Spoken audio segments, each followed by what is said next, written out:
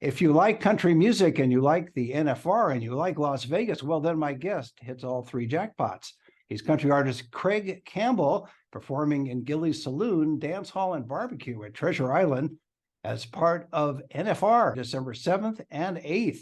For more information, go to gilleyslasvegas.com. And for everything about Craig Campbell, go to craigcampbell.tv, and you can follow him on Instagram, Facebook, X, and YouTube. And Craig, welcome to the show. And you're driving. This is the first for our show. Well, yeah, just out running errands, taking advantage of being home, not on the road. So I apologize for driving, but I feel like this is something we can do, and so I'm glad to be on here with you. Well, good. So you grew up playing your mother's piano and singing in church. How did that set the tone for your career, or did it? Well, I grew up in a very rural part of Georgia, and I never got to play sports because I lived so far from the schools. So all I had was the outdoors and a piano. So I just dove in, and the piano was very intriguing to me. It wasn't like I wasn't forced to play the piano. They're like, every time I would walk by one, it just I was intrigued so much that, and I wasn't that type of kid where I see it and I wanted to bang on it. I really wanted to learn it and get it all figured out. And that's just how it all came about.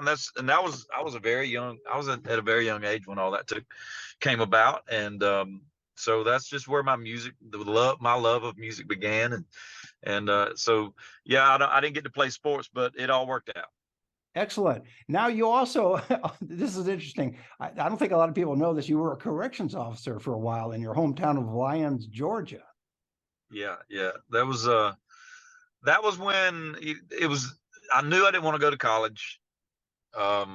And there was, you could apply for the Department of Corrections without any kind of college background and come out of high school making a really good living with great benefits. And at the time I was engaged to my high school sweetheart. So that just seemed to be what you were supposed to do growing up in South Georgia was graduate high school, get a job, get married, build a house, have some kids. But yeah, so I did. I was a correctional officer for about 2.5 years.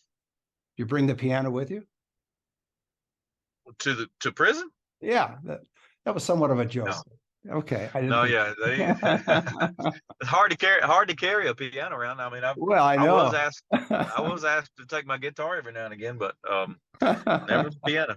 You had when you decided to go into country music, I know you had a couple of idols like Travis Tritt and Randy Travis. How far back do you go in terms of really liking country music? Do you go back to? I go back to Porter Wagoner, even further back. Or further back in terms of my sense of country music. How did you get a sense of the masters going back more than your generation, or did you just pick the two that I mentioned, Travis Tritt and Randy Travis? No, I mean, my love of country music started around 1989, 1990 when I was able to go out and buy my own cassettes, and I truly believe that from 1988 and 89 to 1997, that was the best era of country music that will ever be, and probably won't ever be that good again. So I was being heavily influenced by that class of artists. Just Travis Tritt was my favorite. There were so many great country singers in that time frame, but if I had to pick one, it would be Travis Tritt as my dude. Did you ever get to meet him? Oh yeah, I've met him. We recorded together. I've done shows with him. Yeah, he's a good dude. That's kind of interesting when you think about it, how you grew up and then you idolize someone and then you end up recording with them. And yeah, that was with him and all that. That was wild, and I always wanted to meet him, but at the same time, I never wanted to meet Travis until it meant something to him. Cause there's a lot of those guys that people will walk up and say, "Hey man, I'm so-and-so, I'm a big fan." And that happens so often that it sometimes can just happen and you don't even remember it. But I knew that when I met Travis for the first time, I wanted it to be something special. And so the first time I met him was the day we were in the studio together to record that song. And so hopefully he remembers that. Yeah, I want to talk about a couple of your albums in a moment, but because you've had several top 10 hits. You had Fish, Family Man, Keep Them Kisses Coming, Outskirts of Heaven. So you've had hits, and you have an album, part 1 and part 2, which I'll get to in a second. But how did you decide to work it where you have the recording side and you have the performing live side, I guess, to phrase it that way? How did you decide to balance those two, or can you balance those two? Can you go in the studio and record? Can you go out and tour, perform live as you are, as I mentioned, coming up at Gilley's December 7th and 8th?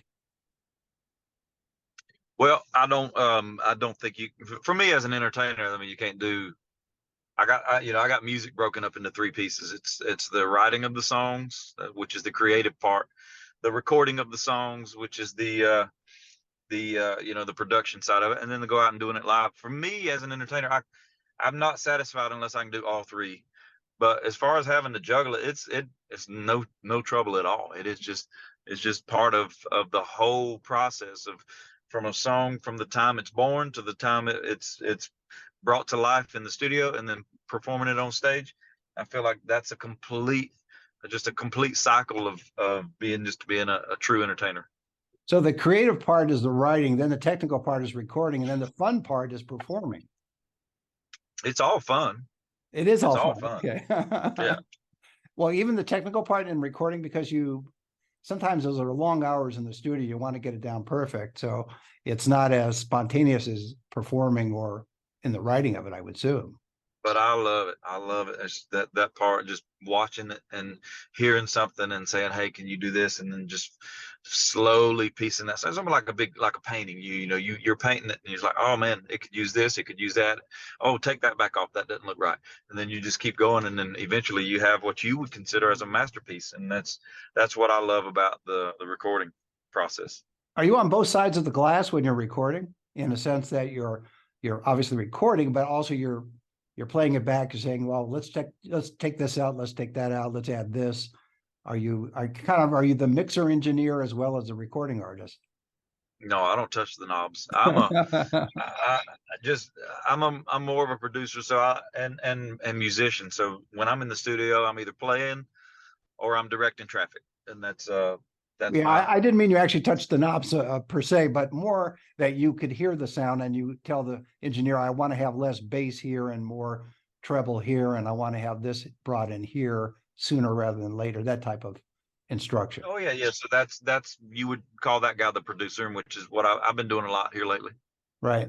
Now you released 2 albums this year, The Lost Files, Exhibit A and B. What's the concept behind The Lost Files?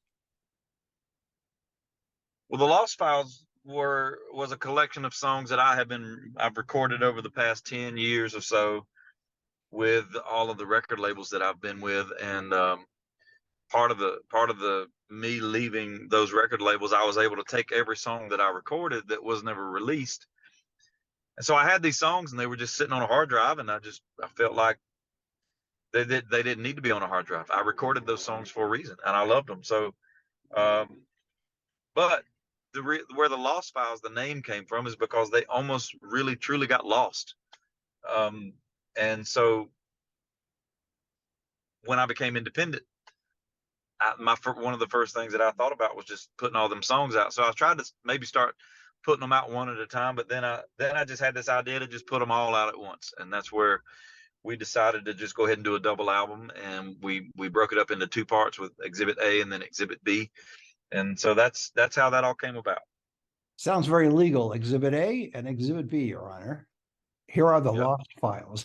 And we've won the case as a result of that. So when you start to look at the songs you had, as you mentioned, they were in your hard drive, which again speaks to where we are technologically, but also I've talked to more and more people now who have become independent artists, in the sense that they have their own record label or they produce their own music and they release their own music. Especially you can do it online. You don't really need a physical sense to that degree anymore as you would 10 years, 20 years, 30 years ago. So are you finding that among your colleagues in country music, that there are more and more artists that are becoming independent? Oh yeah, there's a lot of artists that are making a great living being independent, doing it all on their own because of just the resources that we have, And crazy enough, I have a bunch of friends that have record deals that wish they weren't tied up in a Mhm. record deal so that they could do it on their own. Just because we can, there's a lot of these, lot of pieces that you can do. You can contract out yourself and have as much, if not more, success and make more money because when you sign a record deal, they own everything. So the only way you can make money is to go out and tour, and then sometimes the record label takes a part of that. So it's signing a record deal is not as good as it used to be. Right. Times have changed. And also, too, with technology where it is, you could record in your own basement or your own garage or your own studio. You can set one up somewhere as well. And you can record elements of it from musicians in other cities and bring that in as well and put it all together and release it online. And you've worked it out a lot better than if you were to, as you say, sign a deal with a record company that's taking a piece of the action, having to pay production costs, etc.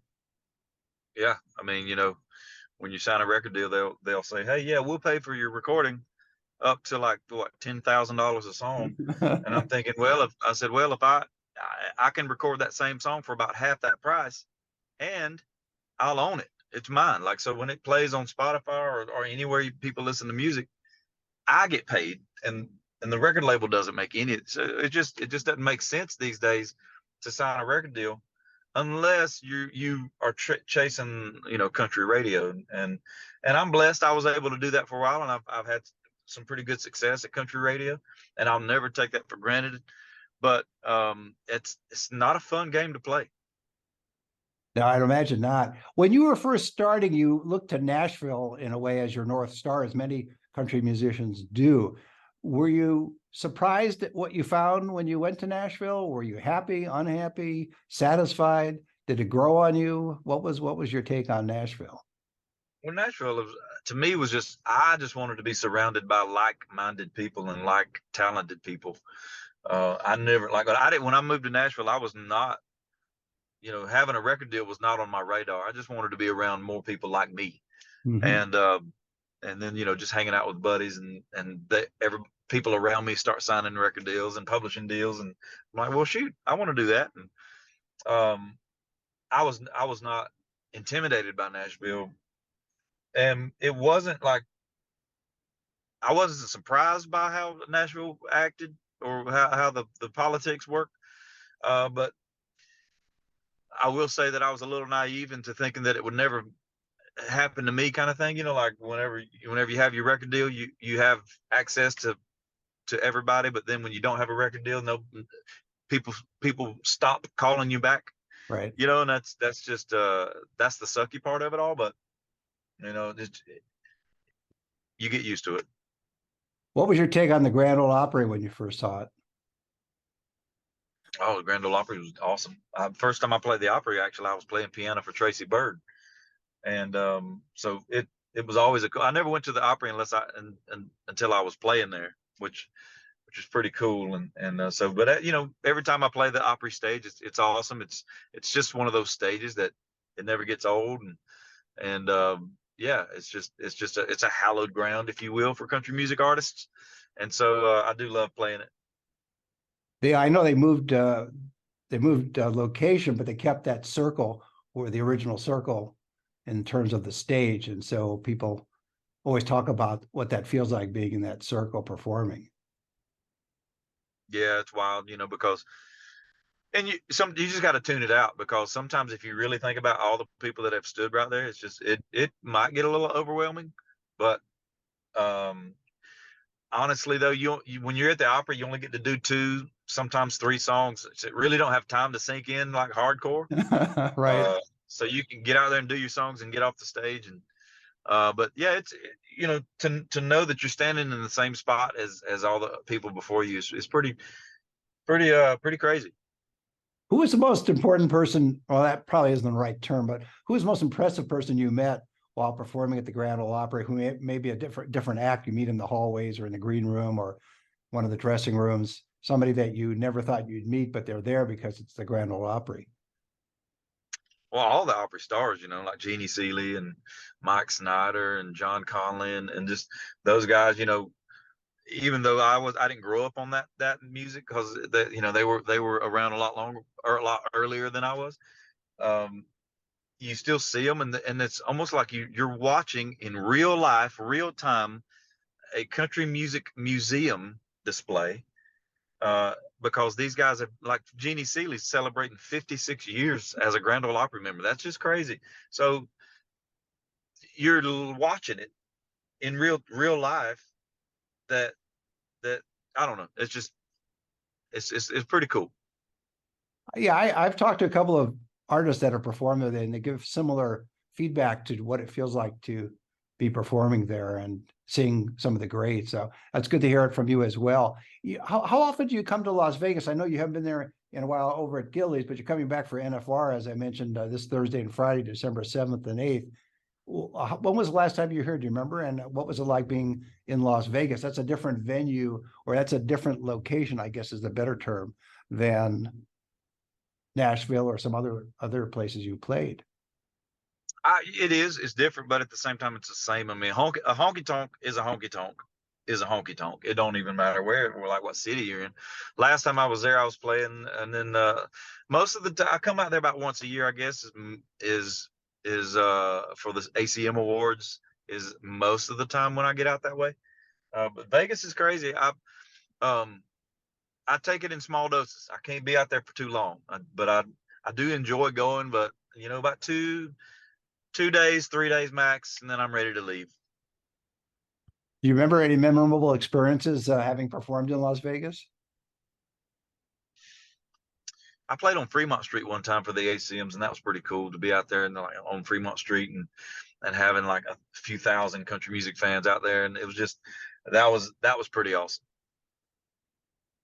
When you start to record, do you keep in mind your audience, or do you really keep in mind your art? Which way does it go for you when you're recording? It used to be the audience. When you're on the radio and the record label they're telling you what you can and what you can't record. It's all the business side of things, and which is the worst part of country music.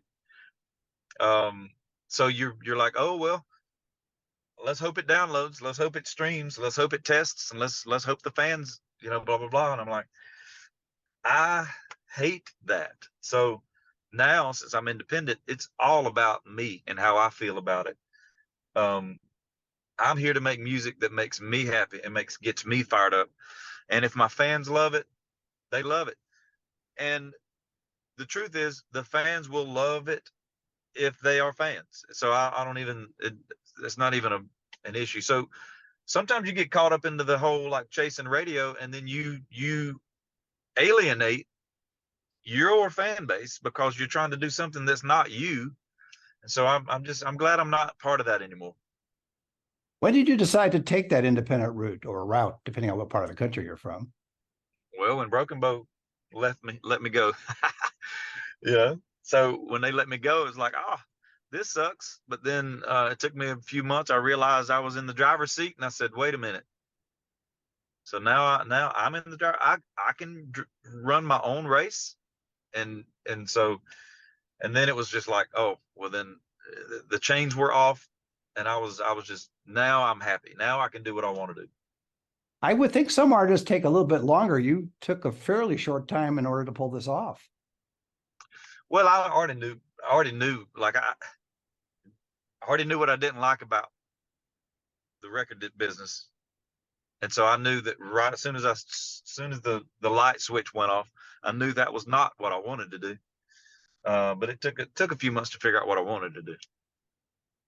When did you know that you made the right decision? Was it the first week, the first month, the first year? When was that decision made for you? Or when was that feeling where you knew you made the right decision? That was pretty quick. It wasn't probably the end of 2019, about a year. About a year in is like when because I was teeing up, getting ready to make my first release as an independent artist. So about 8-9 months. Yeah, that's pretty good. Again, I've talked to guests who've gone that way, and it takes them a little while sometimes to get their head around what they want to do and to believe in themselves. And I guess that's the key, isn't it, Craig, that you have to really believe in your talent, and that you've got a fan base and you're going to just pursue the way you're going to do it without having to worry about worrying about record albums or publishers, etc. Well, it just, at the end of the day, it comes down to like money. When you sign a record deal, you're basically they're the bank. The record label is your bank.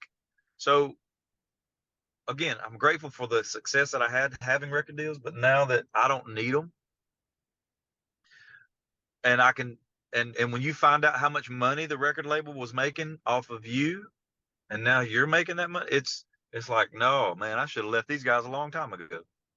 So the lights go on and you see it clearly in that sense. So now in addition to your performing and in addition to your albums, you have a coffee deal, Grindstone Cowboy Coffee House, a restaurant and music venue. Where's that at? It's in a little town and it's run by you and the family, right? Yep, me and my wife. Well, more my wife than anything. She would I guess you would call the GM. So she runs Grindstone Cowboy in Eagleville, Tennessee. We have our location, and then we got a couple of locations that we should be opening in the next couple of years. And so yeah, it's a lot of fun. We had a dream to do this, open up these coffee shops and restaurants, and we pulled the trigger during COVID, and here we are. Well, do you also package coffee and sell it online, that type of approach as well? We do. Excellent. So they can find out again by going to your website. thegrindstonecowboy.com. Excellent. We'll see what's brewing over there. I think that could work well. Yeah. So your wife, Mindy, is the one that runs it. She's the general manager. You have other members of the family involved in it as well? Yeah, the girls work there occasionally because you can pay your kids tax-free up to a certain amount of money. So we're getting them, giving them some money, but they got to work for it throughout the year. And then they also perform there on occasion. So do you think they want to follow their father's footsteps? When you mentioned perform. Yeah, I don't know yet. I know Presley loves it. Kenny Rose probably not, but who knows? What's your newest project? Are you working on another album? Always working on new music. I got some stuff in the pipe. We're excited about 2024. We're just gonna keep doing what we're doing, and just tell the fans to just hang in there and just be ready, because it may come out with no warning. When you have fans come up to you after a show, what do they tell you about you and that you are surprised to hear, or that validates what you already know about yourself? Do you have fans that come up and say certain things to you, either about the song, your performance, you as a person, any of those things? Well, I mean, I always have the fans that come up and say, man, I've been a fan a long time. This is my first show, but you sound better in live than you do on tape. And I'm like, well, I don't know if that's a good thing or a bad thing, but and so that is always a good feeling when I'm recognized for just doing it live. So yeah, that'd be something that I love hearing. That's the first that I've ever heard that, where somebody says you sound better live than on the album. It's usually the other way around, or sometimes it's that way. Oh, I mentioned some of your hits, Fish, Family Man, etc. What's your favorite song? And what do you think is the fan favorite song? Or is there a fan favorite song? Because you have several, but what's your favorite song? What do you think is the fan favorite song? Or song? Well, I got a lot of favorites. I would say if there's one song that people expect at the show, they're waiting on it, is Outskirts of Heaven. Probably be that song. And why is that? Why do you think that that's a favorite, and why they want to hear it every time? Well, it was a big song. It's my first gold record. It reached a lot of people, touched a lot of people. And it's talks about faith, and gives people peace, knowing that if they had somebody that they lost, at some point in their lives, they know that they're in a good space. And so it's a song of healing. So I just feel like it's a big relatable song, and people just love it. Before I let you go, what do you see down the road the next 5-10 years for Craig Campbell? Well, the music side of things, we'll still be doing what we're doing, um, and then on Grindstone, we hopefully have 4 or 5 more locations opened up, and just more of that. And I mentioned the opening that you like NFR. Do you participate in any way other than performing? You're not going to get up on a bull or anything like that, are you? No, that ain't for me, man. I was no, never did, and I never wanted to be on the back of a bull or anything like that. You just appreciate it without having to necessarily be on it, I guess. That's right. Well, thanks. I appreciate it. So that's a good way to end it. My guest has been country artist Craig Campbell. He's performing in Gilley's Saloon, Dance Hall and Barbecue at Treasure Island. It's part of NFR December 7th and 8th. For more information, go to gilleyslasvegas.com. And for everything about Craig Campbell, go to craigcampbell.tv, and you can follow him on Instagram, Facebook, X, and YouTube. And Craig, thanks for being on the show. Thank you, brother. See you next time.